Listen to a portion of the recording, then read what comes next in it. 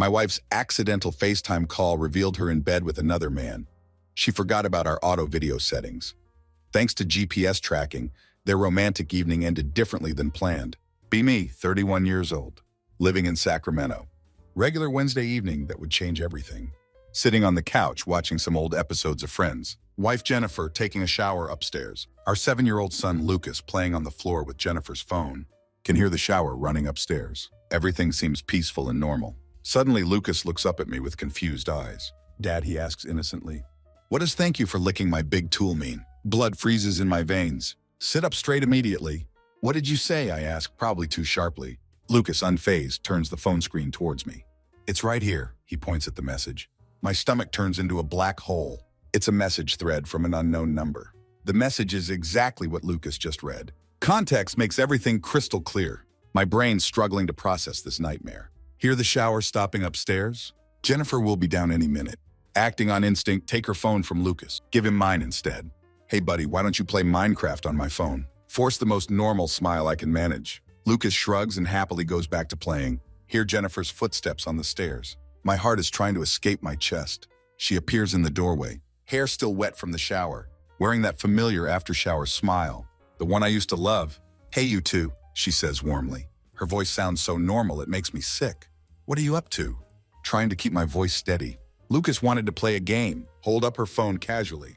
He was using yours, but I thought mine might have better games. Watch her face carefully. See a tiny crack in her cheerful expression. Gone so fast I almost miss it. Almost. Oh, thanks, she says lightly.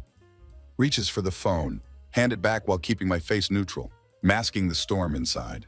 Watch as she scrolls through the screen. Her face a masterpiece of fake casualness. Feel like I'm trapped in some twisted play. Want to confront her right now? Want to demand answers? But the words won't come. Need more information? Need the whole truth first.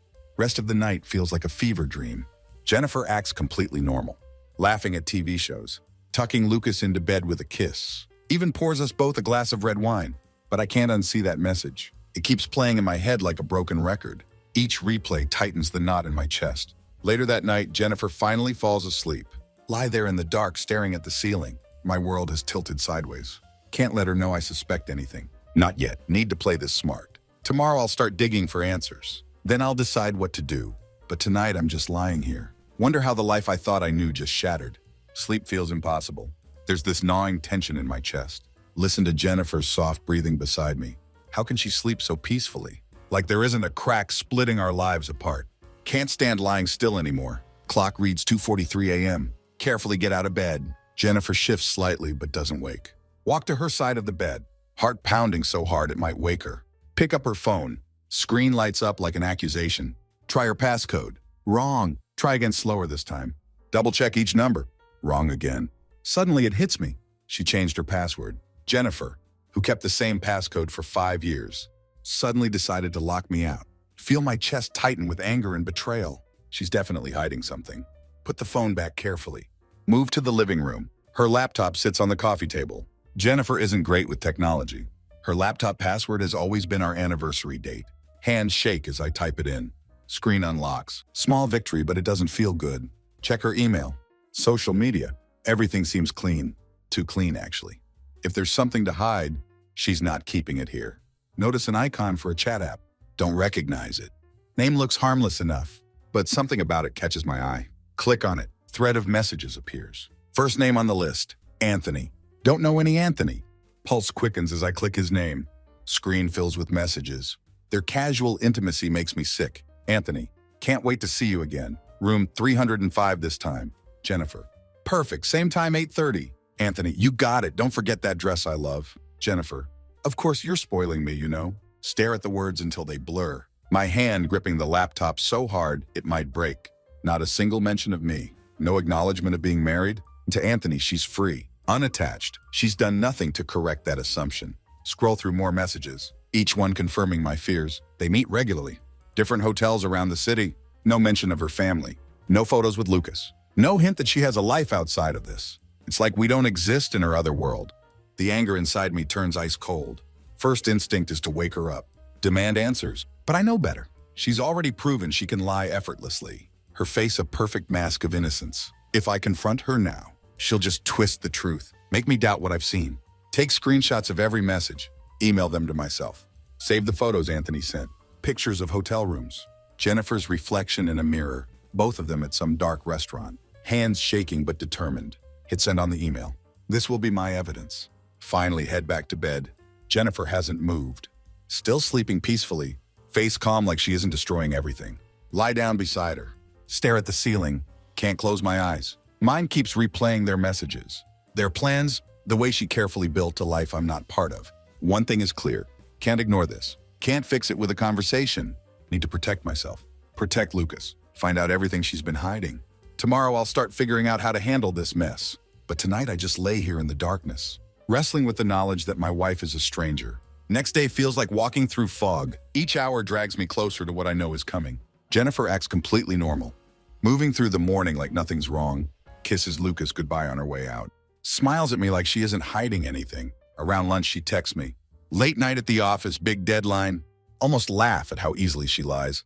How natural it feels to her now. Reply with a simple, okay, good luck.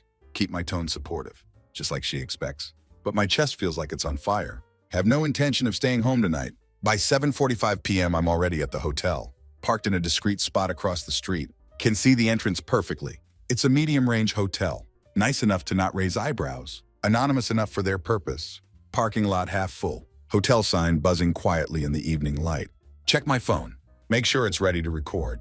My hands aren't shaking anymore. That morning tremor replaced by cold determination. Not here for some emotional confrontation. Here for proof. Need solid evidence of what she's doing. At 8:20, her car pulls into the lot. The familiar gray Honda glides into a space near the entrance. Watch her step out. She's wearing a blue dress I haven't seen in years. Fits her perfectly. See her adjust it nervously, scanning the parking lot. She looks almost shy, so different from the confident woman I married. But this version isn't mine. She belongs to someone else tonight. Start recording on my phone. Zoom in to capture everything. Timestamp will be my silent witness. Then a black BMW pulls in. Right on schedule. Parks 2 spaces from her car. My stomach turns as he steps out. It's him, Anthony, her boss, the man I only knew from messages. Now seeing in flesh and blood, tall, well-dressed. His casual confidence makes my blood boil. They greet each other like old friends. He leans in, says something I can't hear. She laughs softly, brushes her hair back. Haven't seen her do that in years. My fingers grip the phone tighter. Keep recording their every move. This is even more damning than the messages. Watch them enter the hotel together. Jennifer glances around one last time, then follows him inside. Door closes behind them, leaving me alone in the cool night air, still recording the empty parking lot. Heart pounding, but not from sadness. Not even anger anymore. Just pure clarity. This confirms everything. The lies, the secrecy, the changed password. All leading to this moment. Stop the recording. Lean back in my seat. Mind racing with what I just witnessed. No denying it now. Whatever excuse she tries to make, whatever story she spins. This is the truth. Jennifer's living a completely different life. For a moment, consider storming in there, demanding answers, ending this charade on my terms. But stop myself. That's not the way. This isn't about raw emotion. It's about strategy. Have the messages. Have the photos. Now have the video. All pieces falling into place. Sitting there staring at where they disappeared, one thought becomes crystal clear. This isn't just about her anymore. It's about Lucas, our future, making sure I'm not the one left broken. Tomorrow I'll take the next step. But tonight I'll let Jennifer think her secret's still safe. Drive away from the hotel. Weight of everything pressing on my chest. Streetlights blur into orange streaks. Grip on the steering wheel so tight my knuckles are white. Anger, betrayal, disgust, all swirling inside. But one thought cuts through everything else.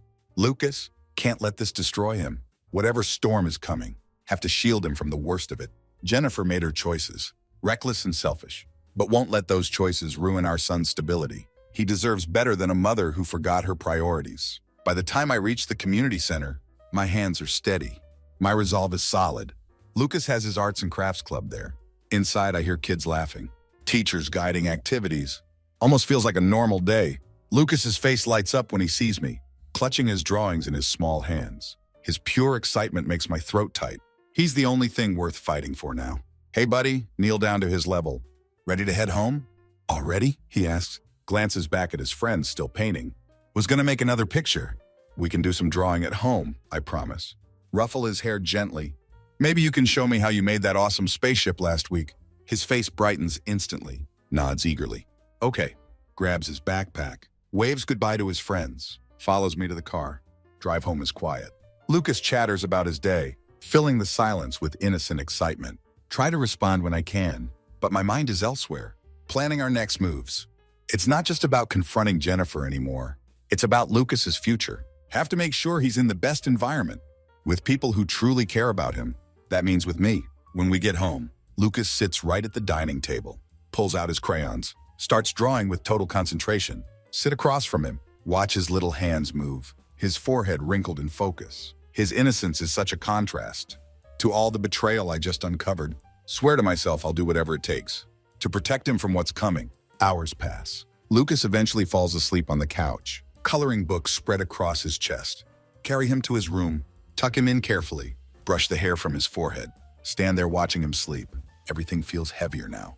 By the time Jennifer gets home, it's past midnight. Hear her car in the driveway, click of her heels on the pavement, jingle of keys at the door. She walks in, hair slightly messy, blouse untucked, face set in practiced exhaustion, sees me on the couch, manages a tired smile. Hey, she says, slips off her shoes. Sorry I'm so late.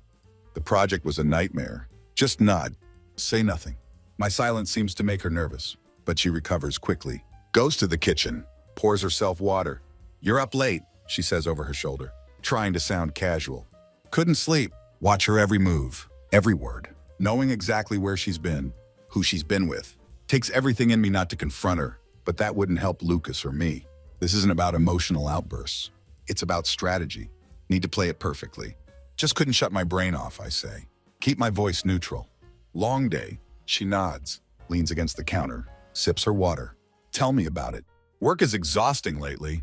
Don't respond. Just watch her. Take in the facade she's built so carefully. She moves around, cleans up a few things, heads to the bedroom. Don't stay up too late, she calls back. Love you. Sit there long after she's gone to bed. House silent around me. Her words echo in my mind, hollow and meaningless. Whatever love existed between us, it's been destroyed by her lies. But my love for Lucas, that's unshakable. It's for him that I stay calm, stay measured. Tomorrow, I'll start preparing, not for revenge, but for resolution. For Lucas's sake, make sure the truth comes out the right way. Jennifer might not know what she wants, but I do. Want Lucas to grow up feeling secure, loved, protected. We'll do whatever it takes to make that happen. Drive away from the hotel. Weight of everything pressing on my chest. Streetlights blur into orange streaks. Grip on the steering wheel so tight my knuckles are white. Anger, betrayal, disgust all swirling inside. But one thought cuts through everything else. Lucas. Can't let this destroy him.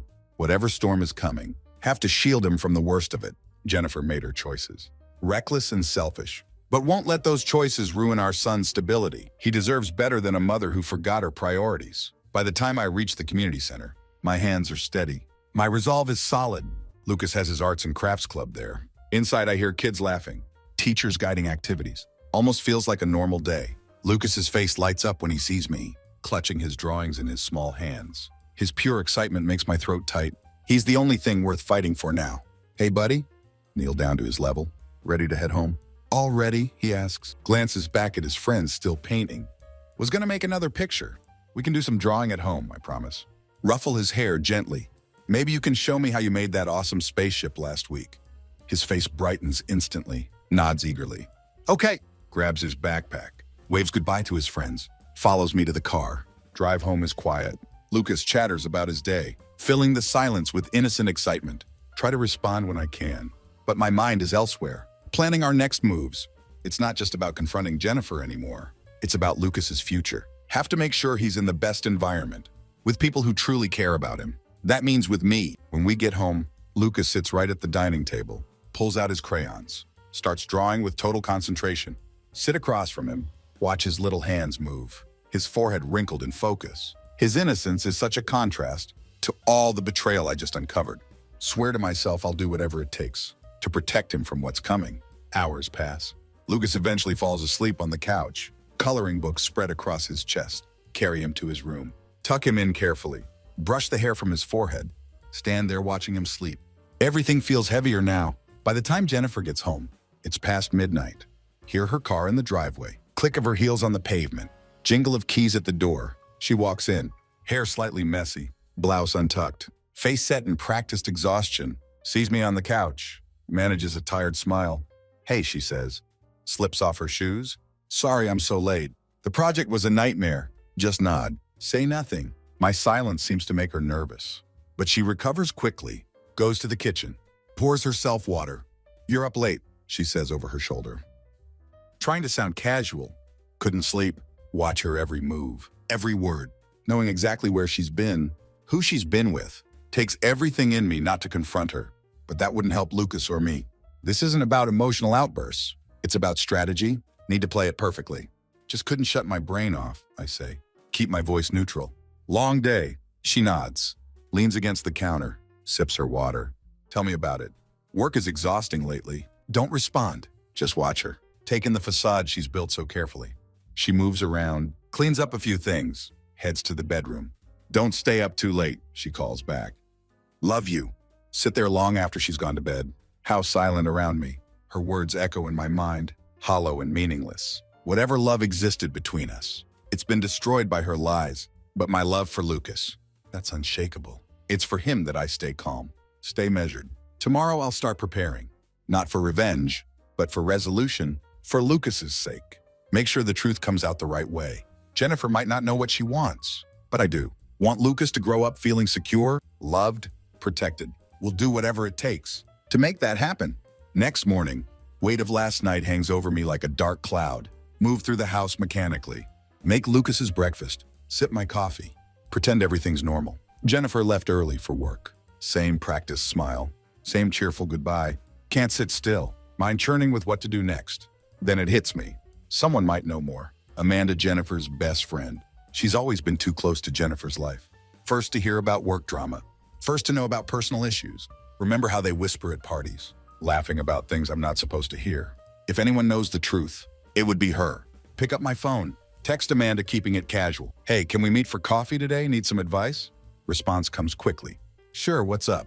Give her time and place. Small cafe where we can talk privately? She doesn't ask questions. Works out better that way. If she knew why I really wanted to meet, probably wouldn't have agreed. Amanda's already there when I arrive. Coffee steaming in front of her. Greets me with a smile. No idea about the storm I'm bringing. This is a surprise, she says. Gestures for me to sit. What's going on? Study her for a moment. Try to gauge how much she might know. Need to ask you something, I say.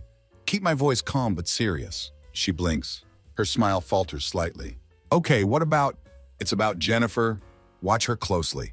Need you to be honest with me. Think you know she's seeing someone. And I think you know who it is. Amanda's face freezes. Eyes dart to her coffee, like she could escape by looking away. I don't know what you're talking about, she says quickly. Voice defensive. Amanda, say her name firmly. Not here to play games. I've seen the messages. Know about the hotel. Just need the truth now. Her lips part to protest, but close again. Fidgets with her coffee cup, knuckles white around it. Don't think this is my place, she murmurs. It is, say sharply. If you care about Jennifer, or about Lucas, you'll tell me what you know, because I promise you, Amanda, I'm going to find out either way. Her eyes widen at my tone. Looks around nervously, checking for eavesdroppers. Finally sighs. Her shoulders slump. Didn't want to get involved in this, she says quietly. Then don't make me drag it out. Just tell me. Hesitates for another moment, then speaks barely above a whisper. It's Anthony, her boss. They've been seeing each other for months. Maybe longer. Swallow hard. Confirmation hits like a punch to the gut. How long exactly? I press. Don't know exactly, she shakes her head. Jennifer started talking about him last year. How supportive he was at work. How much he believed in her. At first thought it was just professional admiration. But then she started talking about drinks after work. How late they'd stay working on projects. Just didn't sit right with me. Clench my fists under the table. Force myself to stay calm. And you never thought to say anything? I ask. Voice low but sharp. Amanda flinches. What was I supposed to do? She's my friend. Didn't want to interfere in your marriage. You didn't want to interfere? Repeat incredulously. You knew she was lying to me. Betraying me. And you thought keeping quiet was the best option? Her face flushes. Looks down at the table. I didn't know what to do, she admits. Didn't want to lose her as a friend. Lean back. Exhale slowly to keep my temper in check. What else do you know? Where do they meet? How often? They meet at hotels sometimes, she says hesitantly. Don't know how often. Jennifer mentioned it once, kind of offhand, like it wasn't a big deal. She always said it was just to talk. or to get away from the office. But I knew better. Nod slowly. Process everything. Amanda looks genuinely remorseful now. Earlier defensiveness gone. I'm sorry, she says. Never wanted it to get this far. Thought maybe it was just a phase, something that would end on its own. It hasn't, say coldly. And now I have to deal with the fallout. Amanda's eyes fill with sympathy. Don't want her pity.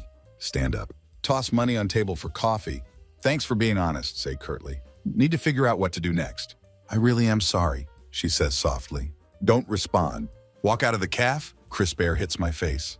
Step onto the street, resolve stronger than ever. Now that I have the full story, can take the next steps, for Lucas's sake. Have to. Sit in my car outside Anthony's office building. Grip the steering wheel so tight my knuckles are white. Rage bubbling inside, barely contained, force myself to stay calm. Not here for an outburst. Not here for dramatics. Here to make a point and set a trap. Sleek glass office tower looms overhead. Step out of the car. Building's windows reflecting harsh morning sun. Inside lobby buzzes with activity. Professionals hurrying around. Phones ringing in distance. Approach the receptionist. Keep my voice polite. Need to speak with Anthony Peterson. It's a personal matter. Receptionist raises an eyebrow, clearly hesitant. Do you have an appointment? No, but he'll want to see me. Say firmly. Just tell him it's about Jennifer. Her expression shifts slightly at Jennifer's name. After a moment of deliberation, picks up the phone. Few murmured words later. Gestures toward elevators. He'll meet you in the hallway on the 32nd floor. Nod thanks. Step into elevator. Polished metal walls reflect my tense expression. Doors open on 32nd floor. Anthony's waiting outside his office. Tailored navy suit. Confident posture. Air of authority. Expression neutral. But there's flicker of curiosity. Maybe unease in his eyes? As he approaches me. Mister, he begins. Extends his hand. Don't take it. I'm Jennifer's husband, say flatly. Color drains from his face. Hand freezes midair. Quickly withdraws it. Oh, he says. Voice faltering. I didn't realize. No, cut him off. Keep voice low but sharp. You didn't, because she didn't tell you. But now you know. Glances around nervously. Aware of bustling office few feet away. Maybe we should take this somewhere private, he says. Gestures toward empty conference room. Follow him inside. Heavy glass door clicks shut. For a moment, neither of us speaks. Air thick with tension. Look, he begins. Runs hand through his styled hair. I had no idea Jennifer was married. If I had, you didn't know because she didn't want you to know. Interrupt him.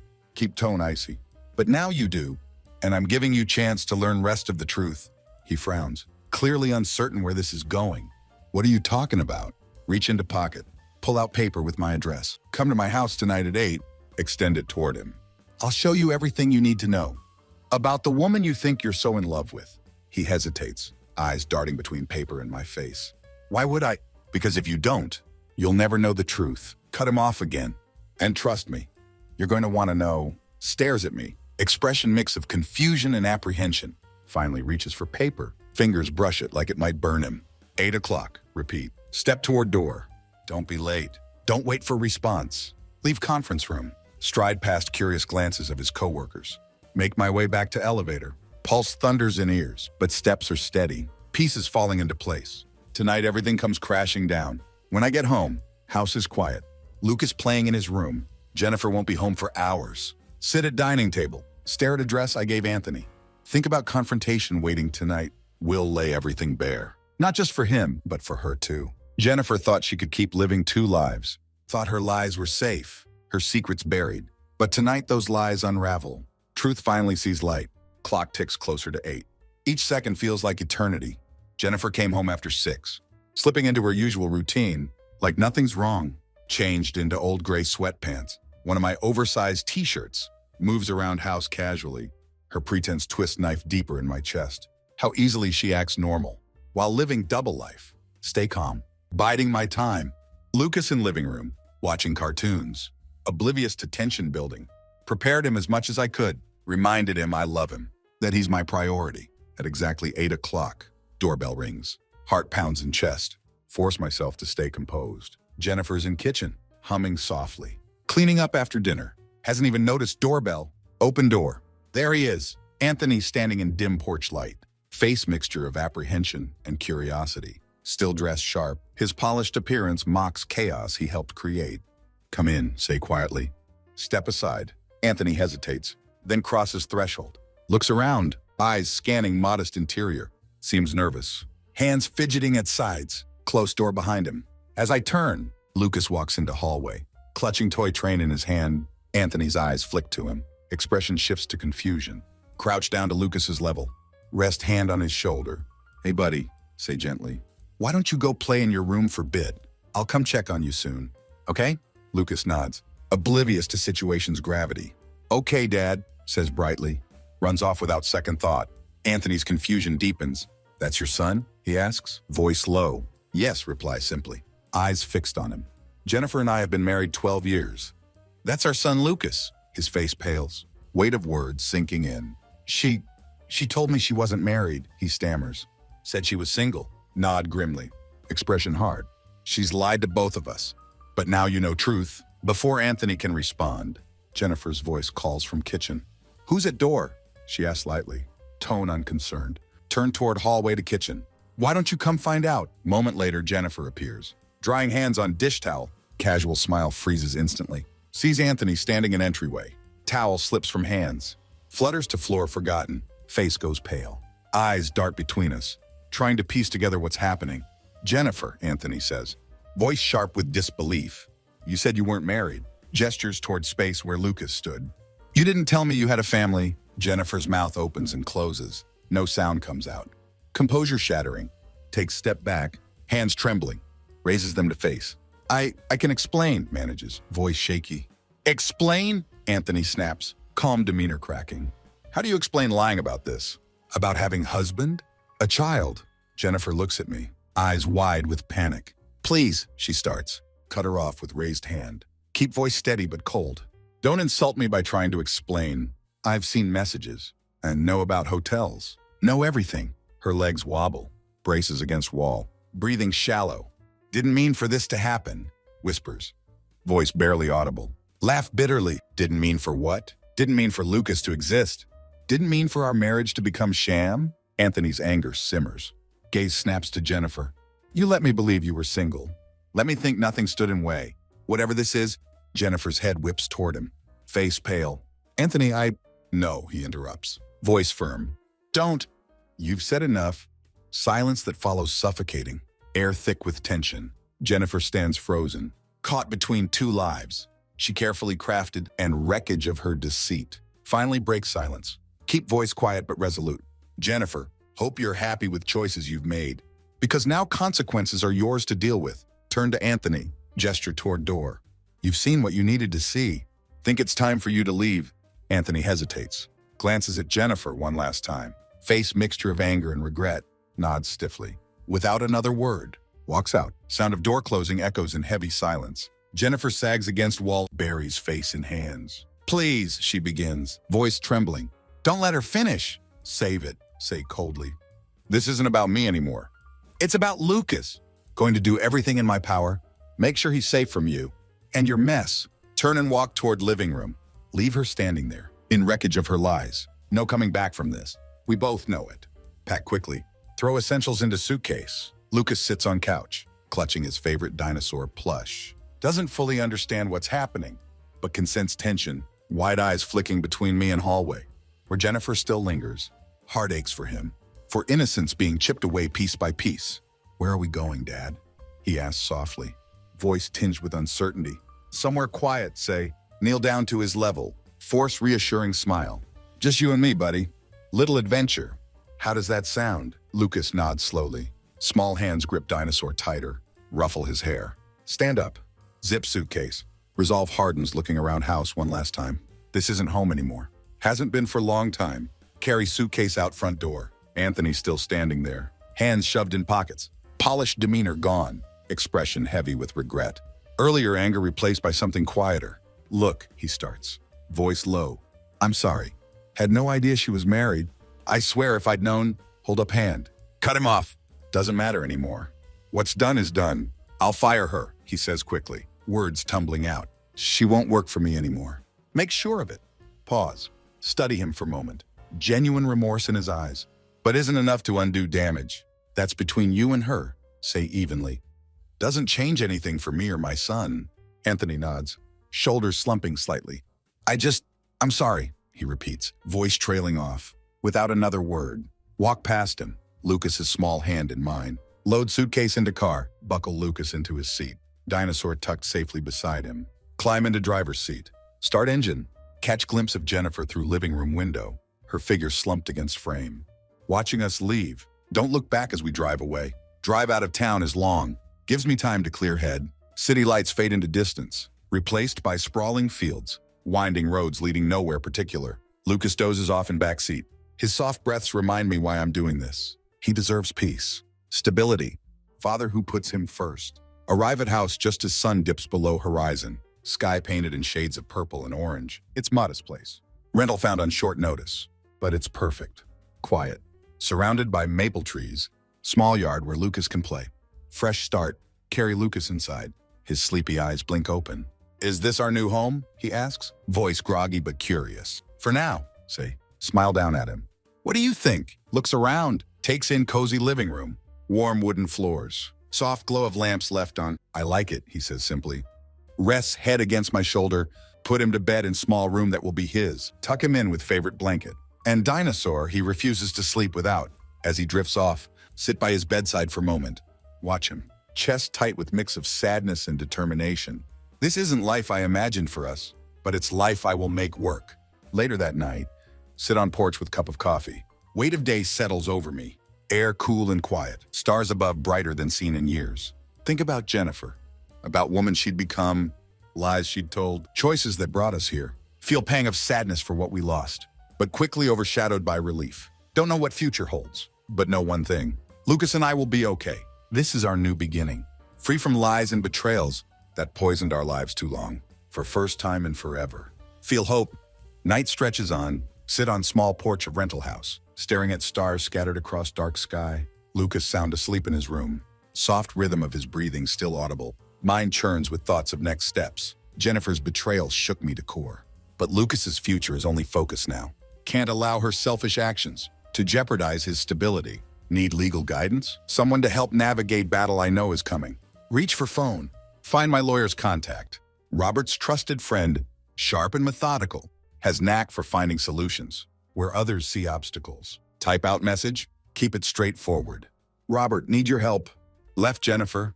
It's about Lucas. Can we meet tomorrow? Response comes quickly. Of course. Is everything okay? No. I'll explain everything in morning.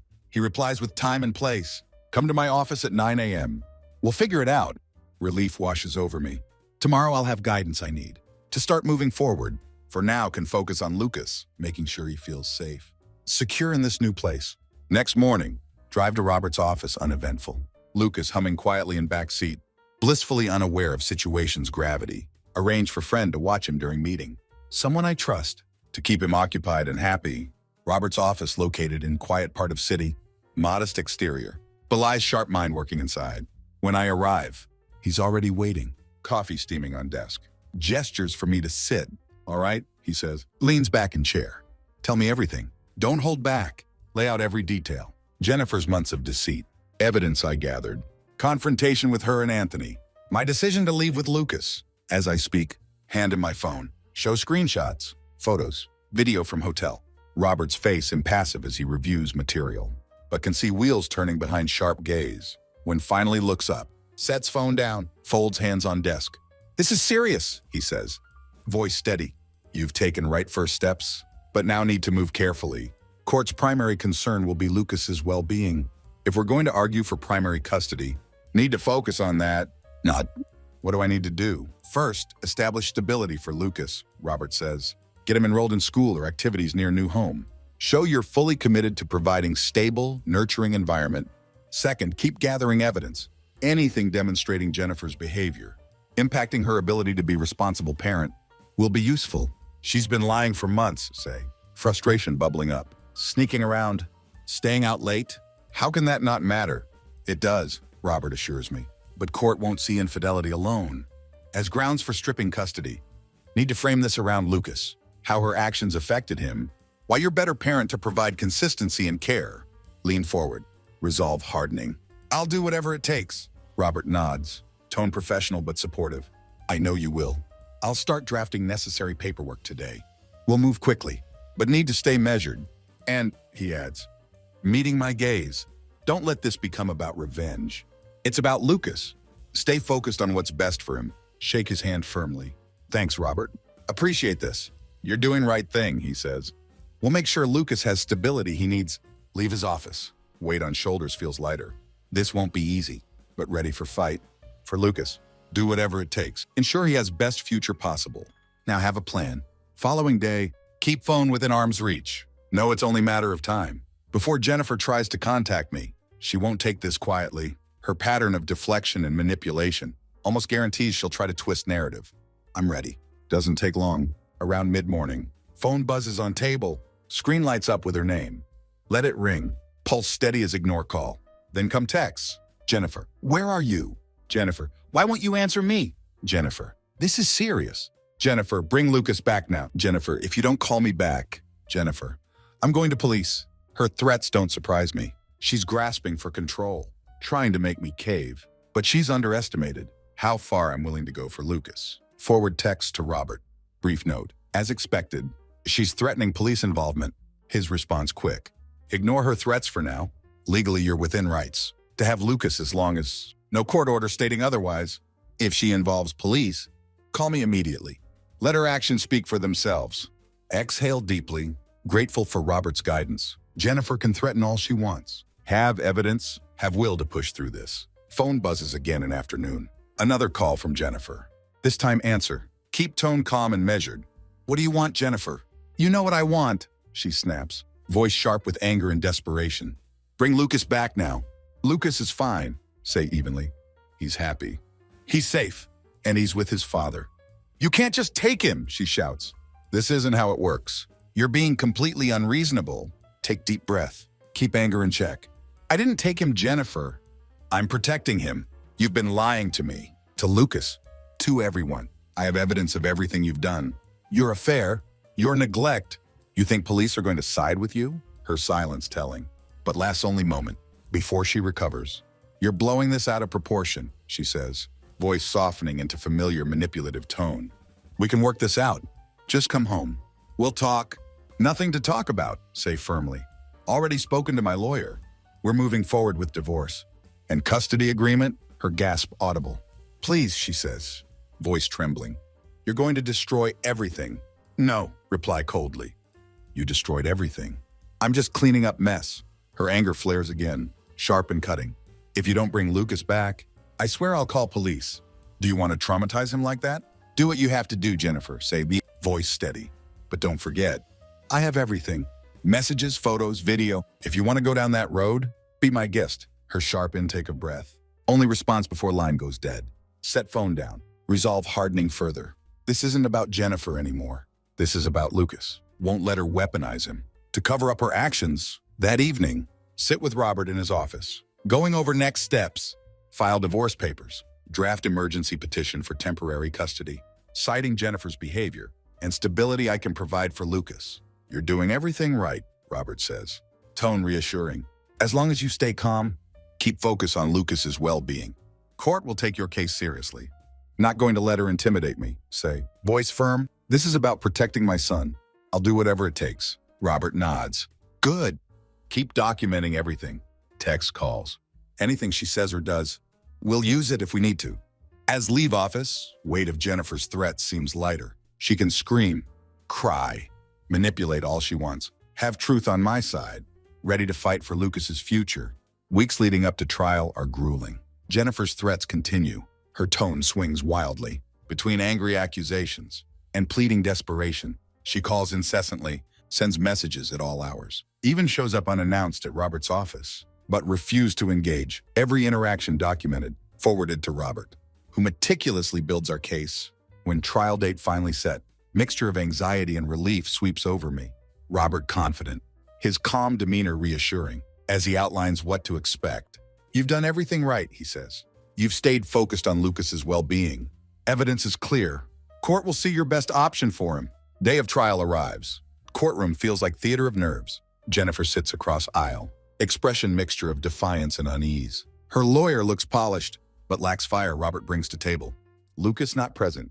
Shielded from proceedings as much as possible. Knowing he's safe with trusted friend gives me some peace. Judge presiding over case is stern but fair, sharp eyes darting between lawyers. As they present arguments, Robert proves masterful advocate, paints clear picture of Jennifer's actions. The affair, her deceit, late nights and neglect, contrast them with my dedication to providing Lucas stable, loving environment.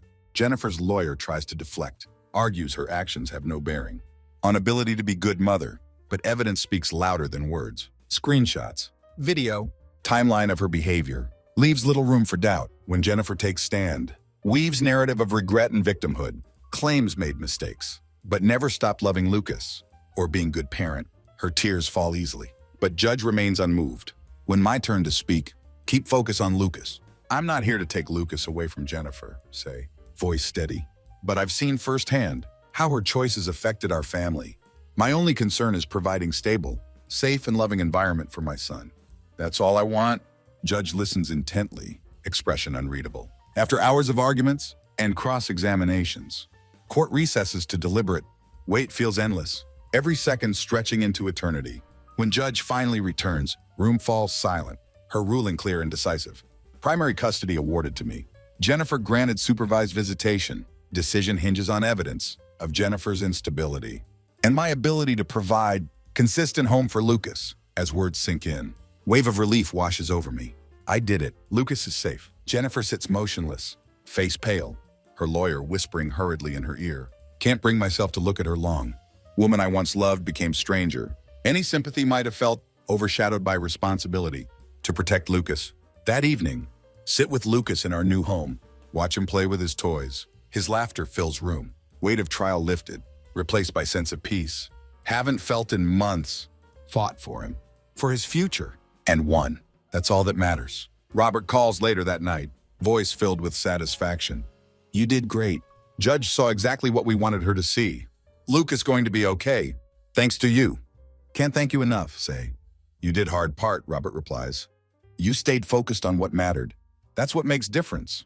As hang up, look at Lucas, his bright eyes fixed on building blocks. Can't predict future or erase pain of past, but can promise him this. He'll always have father who puts him first. That's victory no court ruling can take away. Week after trial brings new kind of calm. One hadn't realized was missing. Daily tension that hung over house. Weight of Jennifer's lies and manipulations. Gone. Lucas and I settle into routine. Echoes of past begin to fade bit by bit. Jennifer still has supervised visitation rights, but her involvement remains distant. She and Lucas speak occasionally by video call, but conversations awkward and stilted. She struggles to find common ground with him. Her questions often superficial or detached. Did you eat your vegetables today, she asks. Smile too big. Too forced. Yeah, Dad made tacos, Lucas replies. Tone polite but indifferent, his attention drifting elsewhere. That's great, she says. Like searching for right thing to say next. So do you like school? Lucas shrugs. Looks at me for reassurance. Gently guide conversation back on track. But even with my help, Jennifer's attempts feel strained, like she doesn't quite know how to connect with own son. Lucas, to his credit, remains kind and patient, answering her questions, sharing little bits of his life. But as weeks turn into months, clear their bond isn't same as before. Distance Jennifer created in her life, hard to bridge even now. Meanwhile, our own lives begin to blossom. One of best changes, our newfound habit of going hiking. Lucas always loved nature, but never made time to take him regularly. Now it becomes our thing. Every Saturday morning, pack backpack with snacks and water, head to local nature trail. Lucas loves collecting rocks and spotting different birds, his laughter echoing through trees. Seeing him so happy, so carefree, like balm for my soul. One day after a particularly fun hike, Lucas running ahead on trail, hair messy and cheeks flushed with excitement. Dad, he says, grinning up at me. Can we come back tomorrow? Chuckle, wrap arm around his shoulders. Of course, buddy. You're turning into little explorer. He giggles, eyes sparkling. You're slow explorer, he teases. Can't keep up with me. Hey, say feigning offense. I let you win, which only makes him laugh harder. These moments become highlight of my week. Reminder that even in wake of heartbreak, life can still hold joy. Lucas's happiness is my anchor, pulling me forward. With every smile, every laugh, every hug. That evening, sit with Lucas in our new home. Watch him play with his toys. His laughter fills room. Weight of trial lifted, replaced by sense of peace. Haven't felt in months. Fought for him, for his future. And won. That's all that matters. Robert calls later that night, voice filled with satisfaction. You did great. Judge saw exactly what we wanted her to see. Lucas going to be okay. Thanks to you. Can't thank you enough. Say, you did hard part, Robert replies. You stayed focused on what mattered. That's what makes difference. As hang up. Look at Lucas, his bright eyes fixed on building blocks. Can't predict future or erase pain of past, but can promise him this. He'll always have father who puts him first. That's victory no court ruling can take away. Week after trial brings new kind of calm. One hadn't realized was missing. Daily tension that hung over house. Weight of Jennifer's lies and manipulations. Gone, Lucas and I settle into routine. Echoes of past begin to fade bit by bit. Jennifer still has supervised visitation rights, but her involvement remains distant. She and Lucas speak occasionally by video call, but conversations awkward and stilted. She struggles to find common ground with him. Her questions often superficial or detached. Did you eat your vegetables today? She asks. Smile too big, too forced. Yeah, Dad made tacos, Lucas replies. Tone polite but indifferent, his attention drifting elsewhere. That's great, she says, like searching for right thing to say next. So do you like school? Lucas shrugs, looks at me for reassurance. Gently guide conversation back on track. But even with my help, Jennifer's attempts feel strained. Like she doesn't quite know how to connect with own son. Lucas, to his credit, remains kind and patient, answering her questions, sharing little bits of his life. But as weeks turn into months, clear their bond isn't same as before. Distance Jennifer created in her life, hard to bridge even now. Meanwhile, our own lives begin to blossom. One of best changes, our newfound habit of going hiking. Lucas always loved nature, but never made time to take him regularly. Now it becomes our thing. Every Saturday morning, pack backpack with snacks and water, head to local nature trail. Lucas loves collecting rocks and spotting different birds. His laughter echoing through trees, seeing him so happy, so carefree. Like balm for my soul. One day after a particularly fun hike, Lucas running ahead on trail, hair messy and cheeks flushed with excitement. Dad, he says, grinning up at me. Can we come back tomorrow? Chuckle, wrap arm around his shoulders. Of course, buddy.